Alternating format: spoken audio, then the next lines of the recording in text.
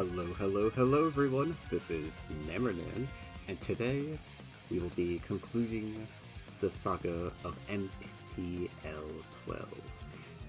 It's been a long run, over a week and a half, or a month and a half of great competition, great games, a lot of epic moments, but sadly it all has to come to an end. And this will be the final round of matches for this tournament. Now, if you don't know, the teams that are facing off against each other are the Megazols. I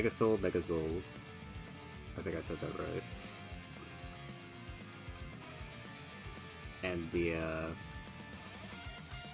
Meteoric, I believe, is the other team. So yes, we'll see. I'll reveal what happened at the end later, but as it is right now, I'm just going to get straight into the games and go straight into the commentary, because as I mentioned in the previous video, I don't really have much to say about metagame trends. Let's just see what was brought. And I'm already very surprised at what I'm seeing, because we have a game between Fusien and ImprobableBlob, ImprobableBlob bringing Sandy Shocks of all things. Now, this bond has not been seen at all in this tournament, I'm pretty sure. I think this might be the first time that we've seen it, but in the event it hasn't, it definitely is not a common mon, and that is because it is brutally walled by Gliscor, which is not something you want from something that's supposed to be an anti-flying mon. So yeah, let's see what ImprobableBlob will cook here. I feel, unfortunately, that it may not be useful in this matchup either, because it is a ground mirror. But that does not mean that ImprobableBlob is at a disadvantage. Still has Memswine and his own Escadrille, but the difference between the Great Tusk and the Sandy Shocks may be a difference maker in this matchup, but we shall see. Here we have the Landorus lead. Ooh, Landorus immediately getting an Oko on the Great Tusk, so that's already out of the game. Now we headed to Powdon, switching into the Memswine Ice Cool Crash. Memswine very obviously banned here, as we see ImprobableBlob put in his own Memswine as a response. ImprobableBlob doesn't do a ton of damage to Fusien's Memswine, but we are going to see a speed tie potentially decide this match, as Fusien will opt to swap out, and also use his eject button to go into his own Excadrill. Now ImprobableBlob swaps into Sandy Shocks, who actually does get to tank an Iron Head for the rest of the team, which is very ideal. Gravity gets used, and now we have Earth Power. Now that is the other thing Sandy Shocks can do, is that it can opt for Gravity. Maybe ImprobableBlob was looking to use Gravity instead of putting it on Landorus, so he could afford to put a Choice Scarf on Landorus, and as you saw, it did get the Oko on Great Tusk, so that is pretty handy. But with that being said, yeah, and we get the Earthquake, Gravity allowing Excadrill to get a big hit off there, as we see Memswine get doubled in to the Landorus. Ice Shard is used, and fortunately gets a 2-hit KO, which is not great for ImprobableBlob, as we see the Hippowdon now coming on the side of Fusien, Spikes coming in from the Clodsire to try and chip down the remaining threats on Fusien's team. Hippowdon gonna take the time to heal itself, while Clodsire finishes all of the spike layers. Almost gets OHKO'd by the Earthquake, but we do see the Toxic go off from ImprobableBlob's Clodsire. Hippowdon now on a slow timer, as we see Landorus now come in on the Earthquake, giving ImprobableBlob a free turn, which is very important for what he needs in this match. U-turn is used, but sadly does not get the KO that ImprobableBlob was probably looking for, as we do see the Ice Shard finish off the Landorus.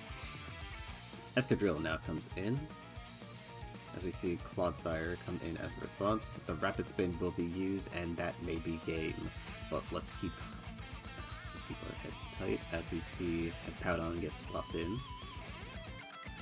Landorus will be able to get the KO on Hippowdon here, but now Memswine will get the Revenge KO. Now it's a matter of whether or not ImprobableBlob, never mind, he's too low, and that will be that. Fusien will take the victory, and ImprobableBlob will fall.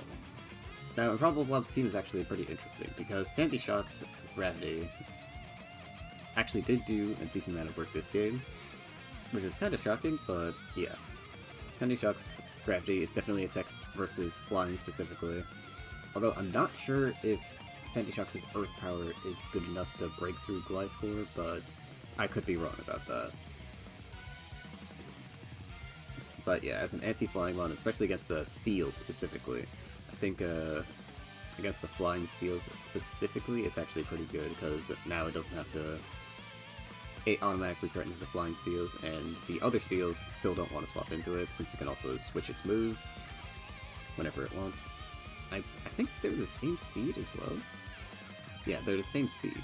So, you don't actually miss out on much besides the typing, essentially. And the electric typing, it's nice for the stab. I can't really say it's good defensively though.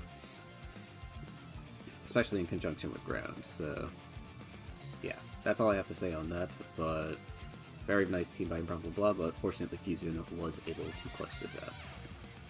Let us move to the next match, which will be Rio Vidal versus Chaitanya. Rio Vidal opting for a ghost team, while Chaitanya is opting for a flying team, with the Articuno Moltres core that we've been seeing a lot of lately, so this is a finals match. Let's see the best of the best do get out in this match. Ghost is definitely poised to potentially completely take over this game, as we have seen in the past, but there is no stealth threat present on this team. So flying can kind of get away with a lot of illegal stuff, I would say, in this matchup, since they don't have to worry about stealth rock whatsoever. But let's see what Rio Vidal has in store, just in the event of flying. Fluttermane gets led immediately as Chaitanya leads with Tornadus. Primal Gas is going to be swapped in, taking the knockoff from Tornadus, but remember, Heat Wave does not kill Brambleghast because of the fact that it's a wind move, and Brambleghast does have Wind Rider, which is why Brambleghast, funnily enough, does actually wall Tornadus Therium pretty well, because it also blocks Bleak Wind Storm. But yeah, Fluttermane is going to double in. Brambleghast comes in as Tornadus Therium. He turns into Gliscor. We see the Toxic Spike go down. Brambleghast is still alive, so Rapid Spin is not too consequential, but we will see the Toxic come out from Chaitanya, as Gholdengo is going to be put in. I believe Gliscor does have an... Oh, never mind. That wasn't Gliscor. Gliscor, we don't know if Gliscor has a knockoff or not, but we are going to see Gholdengo get a free Nasty Plot and a Make It Rain straight onto Tornadus. Tornadus can't really tank another one, so it will be forced to swap, as Corviknight is going to come out. Shadow Ball is used by Rio Vidal, but no Spadef drop means Corviknight will get to tank another for free. Corviknight going to opt to U-turn instead though, keeping it at a dangerous HP, as Gholdengo will...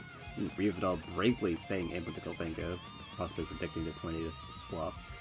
As Tornadus does come in, but it successfully does tank the Make It Rain, as now we see Gholdengo use Recover, and now it is fully revealed its set. Oh, and a critical hit that I think maybe mattered is going to finish off the Gholdengo, as we see Fluttermane now come in.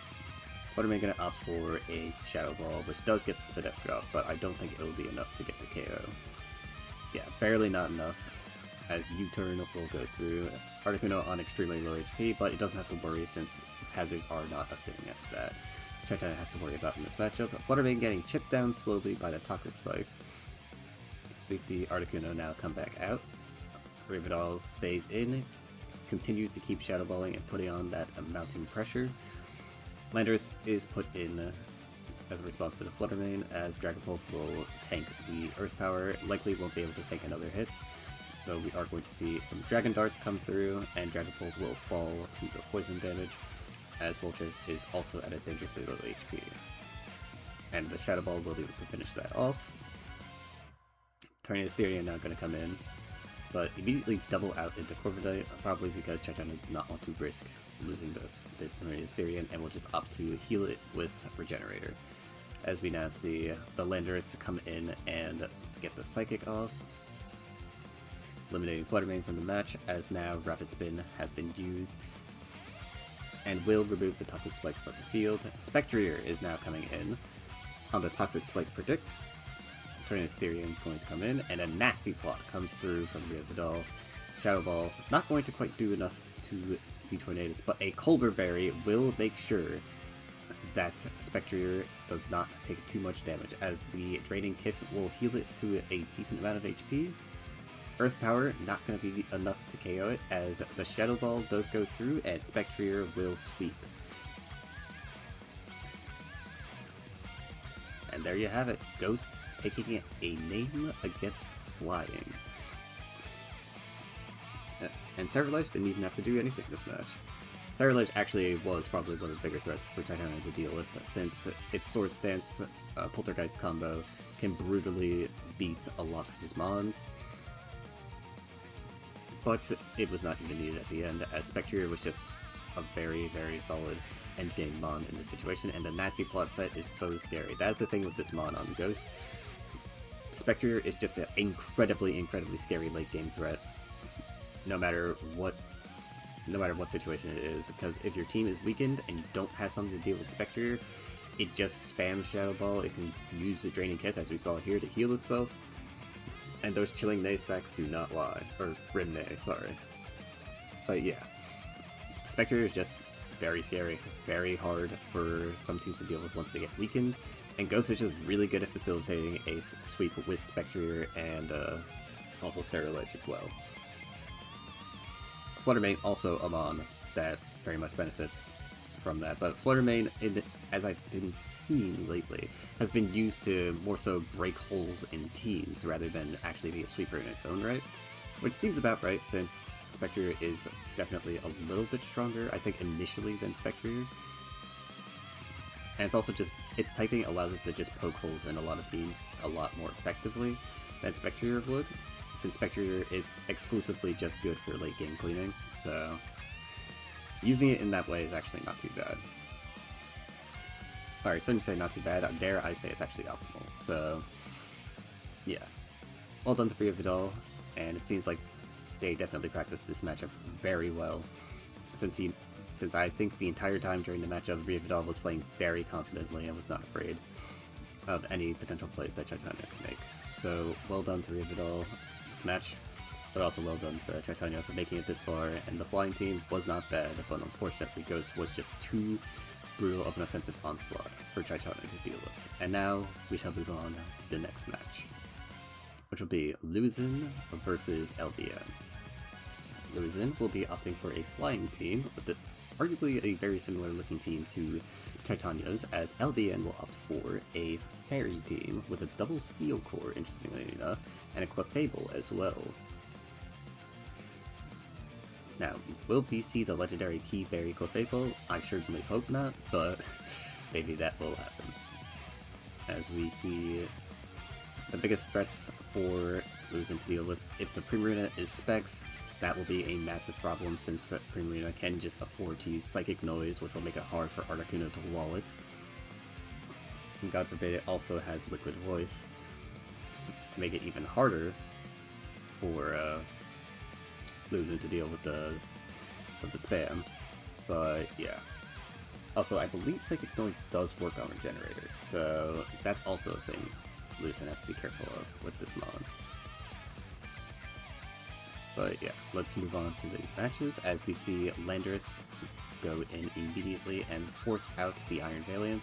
Psychic is used against the Ticketon, but because it's not a physical contact move, Ticketon does not benefit with its Pickpocket ability. As we see Stealth Rock get used, and Toxic Spikes is used. The Toxic Spikes on the Gliscor seeming to be a new wave that is being brought on. As we see Iron Valiant get swapped in to the Gliscor, earnestly taking that Toxic Spike damage, as we do see Iron Valiant. Iron Valiant is barely outsped by the Tornadus Therian. They literally run 1 point of speed.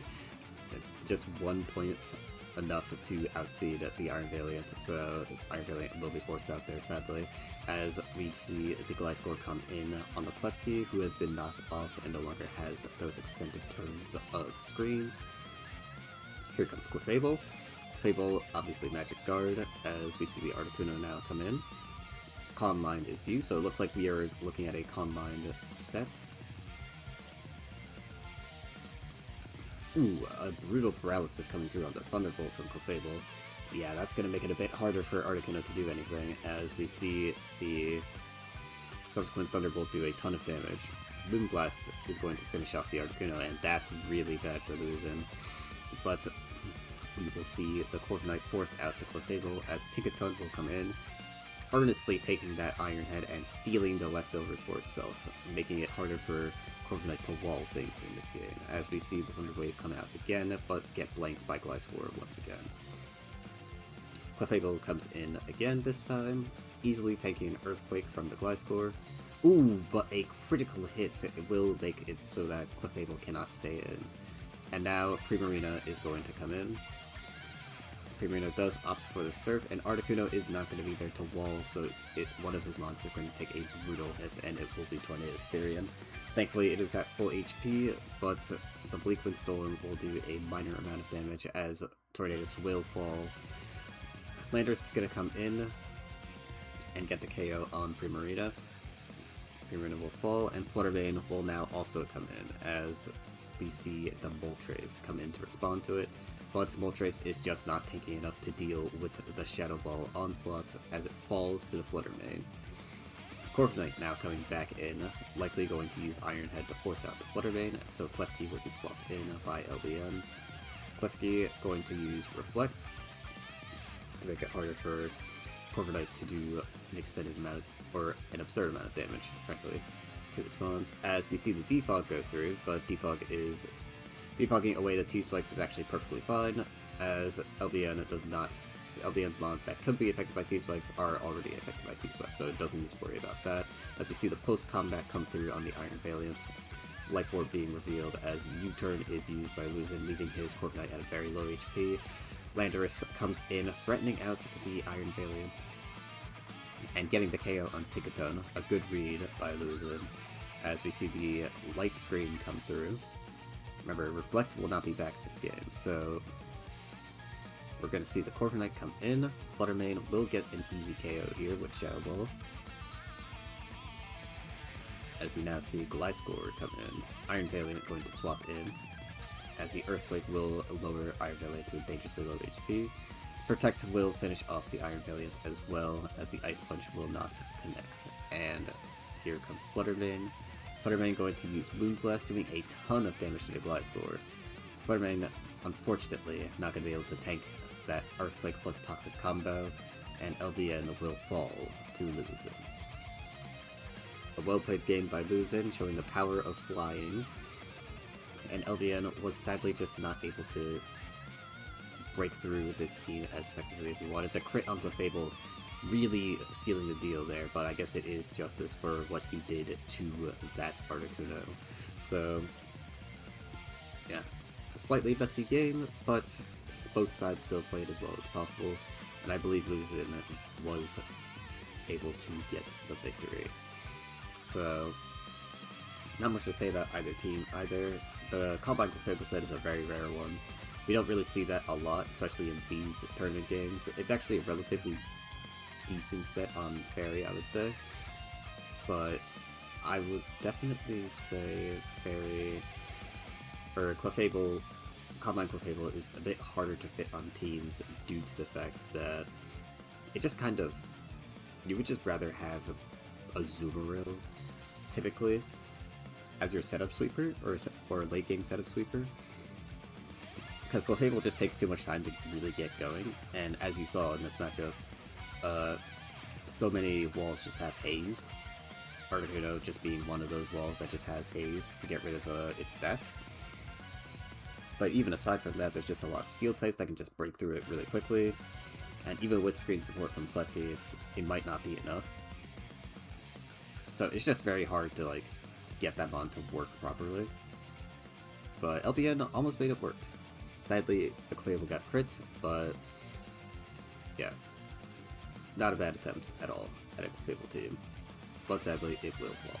And now, we'll move on to our final match for today, the final match of SV Monotype in MPL 12. Let us see what awaits us, as it's Greenytg versus DugZa. DugZa is opting for a Dragon team, and Greeny is opting for a Dark team.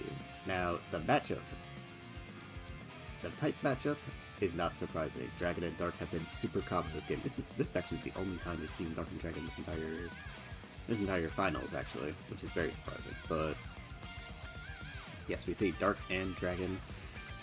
The matchup all too familiar, but the Mons being used, maybe not so much, as DugZa is opting for Huron and Raging Bolt on the same team. I think we may have seen this combination a few times before, but definitely not with a Hydreigon as well. So this is definitely a unique setup here. As we see Greenytg also opting for a little bit of an unusual set, as we see Alolan Muck make an appearance on his team. Now, Alolan Muck is actually a perfectly fine Mon on Poison, but on Dark it finds itself being a little bit outclassed by Ting-Lu, who is funnily enough on this team. And as a special sponge, it also can be somewhat outclassed by Hoopa Unbound. So, very interested to see what Greenytg has in store with this Mon. Maybe we'll see a curse set. Very likely going to be a standard tanky set though. And maybe we'll see Battle Bond Greninja. Who knows? Maybe this will be the physical Greninja. Very unlikely, because that would mean he'd only have one special attacker, being Hoopa. Although Hoopa is a good solo special attacker, most of the time it is mixed, so I think we'll probably not see the Swords Dance come out. But Battle Bond isn't off the table, as we see Ting-Lu immediately come in, and Kyurem will lead into the Ting-Lu, Kyurem revealing its special set as Stealth Rock will go through. Alolan Muck will easily be able to take the Ice Beam, but that freeze is not something that it would like to see. As we see Hoopa coming to take the subsequent Ice Beam. Sui and Goodra coming in, and the Focus Blast will whiff on it, unfortunately. Leftovers is revealed, so no worries on Assault Vest. As we see the Goodra take a bit of chip damage from the Rocky Helmet, as the Heavy Slam connects onto the Ting-Lu, dealing very little damage. Spikes will be used by Greeny, as a dodge Draco Meteor will allow him to get another Spike off. That other Spike could have big ramifications in this game if Greenytg plays his cards right, as we see DugZa keep repeatedly Draco Meteoring with this Hydreigon. Focus Blast this time around will connect, as Kyurem is going to come in and take a hefty amount of damage from those hazards. Alolan Muck will come in, as Freeze Dry will go through. Now, how will Alolan Muck deal with this freeze? I'm not sure, but it will be frozen for quite a bit. This is not great for Greeny, as he needs to be able to move, and we do see him finally move as the Choice Scarf gets removed. Now, I'm not sure if Greenytg want to do that, because I believe these special Kyurem sets typically tend to use Earth Power, but it looks like this one may not have it, as the Poison Jab will go through and Kyurem will fall. However, the scary thing in the back is still that Raging Bolt, who can just completely annihilate Greenytg's team in his current spot, as we see Archaludon get a substitute off and easily tank a Dark Pulse. Here comes Greninja. What will it be? We'll see it U-turn, so it very likely is Choice Scarf, so that means Meowscarada might be Choice Band. As we see Meowscarada now come in. Protect is used, as Triple Axle is used as well. Triple Axle not going to quite get any damage off, as Protect is used by the Sui and Goodra. We'll see 2 hits. Will we get 3? We get 3 hits, and Goodra will fall, but Meowscarada is incredibly slow now, as Archaludon will come in and get a free substitute off, since Greeny does not want to risk losing his Meowscarada for any reason whatsoever. Here comes Raging Bolt. Raging Bolt is going to take an Ice Beam to the face, not quite OHKOing it, but a freeze goes off on the Raging Bolt, which is not what DugZa wants, as now Greenytg is able to get the KO on the Raging Bolt. Raging Bolt being down like that is actually very massive, as Greenytg also survives the Dragon Darts from Dragon Bolt. I think that will be it, as Greenytg is actually able to get that victory with the Greenytg. And just like that, Greenytg actually does bring it back despite his luck being frozen for that many turns.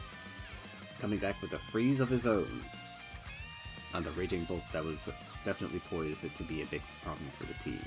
But DugZa did play very well around that, the fact that he did have the Raging Bolt, and that additional spike certainly helped in this matchup a lot. Especially with wearing down Arcaladon and Fusien Gudra. Typically, a common rule that a lot of competitive players say is that 2 spikes is often a waste. You only want 3, or you can only get 1, so it's not really worth it to go for the second spike, but I think still going for even a tiny bit of extra damage, if you can get it, is still very worth it. So, well done to Greenytg, and that will be it for these games. So, I think this was a really good MPL. Now, these 4 games that we saw definitely showcased the metagame as a whole, I would say. It definitely fully represents what this metagame is about. I actually could not pick a better final set, because we have the off-meta type that is Ghost getting brought, we have Fairy being used as well, we have Flying just being that big wall of the type that people need to think about constantly, and we have Ground just being a really strong type overall, even if it did only get a mirror against itself. And we see Dark versus Dragon, which is a very common matchup that we've seen a lot in this tournament. Albeit the Dark team is a bit unusual, and so is the Dragon team, but regardless, matchups were still pretty good representations of the metagame as a whole right now. The only thing that may have been missing is the very original Fire Core of the same 6 bombs, but yeah, I think this is a very good set of finals matches, very well played by all the players,